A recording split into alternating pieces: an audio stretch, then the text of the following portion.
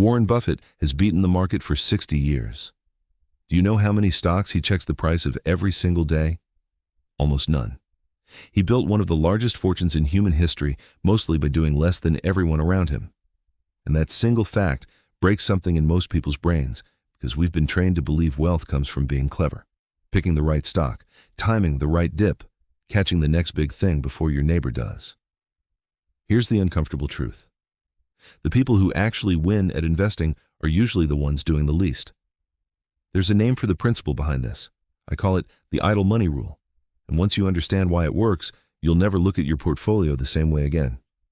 My name is Jake, and I have probably spent way too much time thinking about money and the psychology behind money.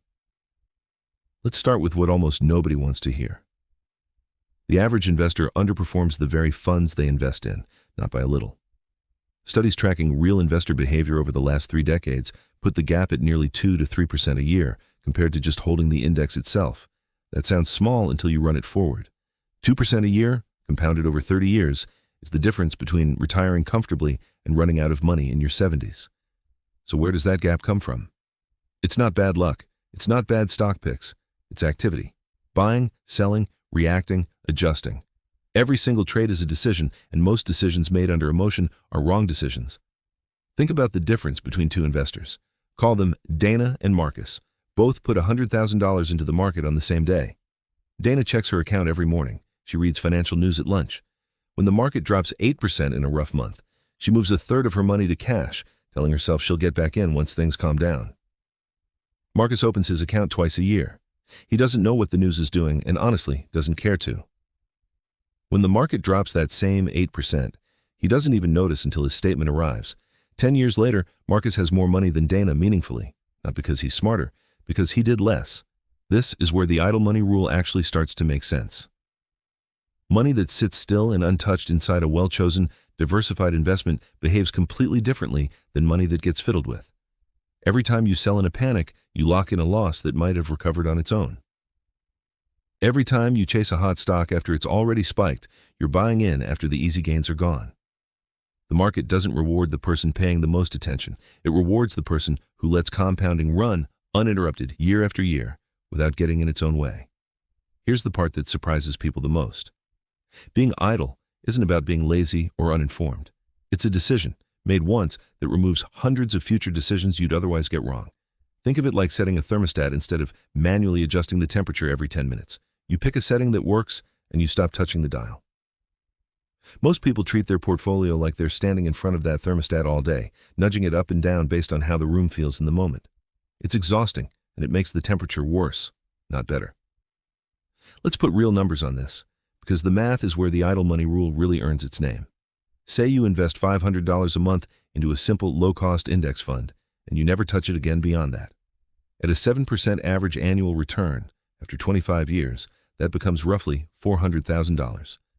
Now take an investor doing the exact same monthly contribution, but who trades in and out based on news and emotion, and who typically underperforms the index by 2.5% a year, which the data says is normal. That same 25 years produces something closer to $280,000. Same income, same contributions, same amount of effort put into earning the money in the first place. The only difference is what happened after the money was invested. That gap, over $100,000, was created entirely by activity. There's a quieter cost hiding underneath all this too. Every trade can trigger taxes. Every fund swap can carry fees. Every reaction to a headline is often a reaction to information that's already priced in by the time you see it. Wall Street doesn't need you to trade often for your own benefit. It needs you to trade often because trading is where fees and commissions live. An entire industry is built around convincing you that doing something is safer than doing nothing. It rarely is. Let's talk about why this feels so hard, because it genuinely is. Even when you understand the math, humans are pattern-seeking creatures. When the market drops, our brain screams that something is wrong and must be fixed immediately. Sitting still while your balance falls feels like negligence, even when it's the single best thing you can do. This is the same instinct that makes people slam the brakes on ice instead of steering gently. The urge to act is strong. The correct move is often to do nothing at all. Consider Priya, a nurse who started investing in her late 20s with almost no financial background. She made one decision early on. She'd automate her contributions, and she would not check her account more than twice a year. Not because someone told her that was smart, but because she found the constant checking made her anxious, so she simply stopped. 15 years later, she'd weathered 2 serious market downturns without knowing the day-to-day details of either one. Her balance had grown past $300,000. She didn't do anything clever. She just stayed out of her own way for a decade and a half. Now compare that to Wesley, who considered himself a serious, engaged investor. He read financial news daily. He moved money around based on predictions from people on TV who were paid to sound confident, not to be right. Over 12 years, his portfolio grew, but nowhere near what a simple index fund would have handed him for free. When he finally calculated his real returns against the market average, the gap embarrassed him enough that he stopped checking his account altogether. Within 3 years of going idle, his portfolio had already closed most of the distance he'd lost during a decade of trying too hard. So if being idle is this powerful, what does it actually look like in practice? It's not about ignoring your finances completely. It's about being intentional up front and hands-off afterward. Choose a small number of low-cost, broadly diversified funds.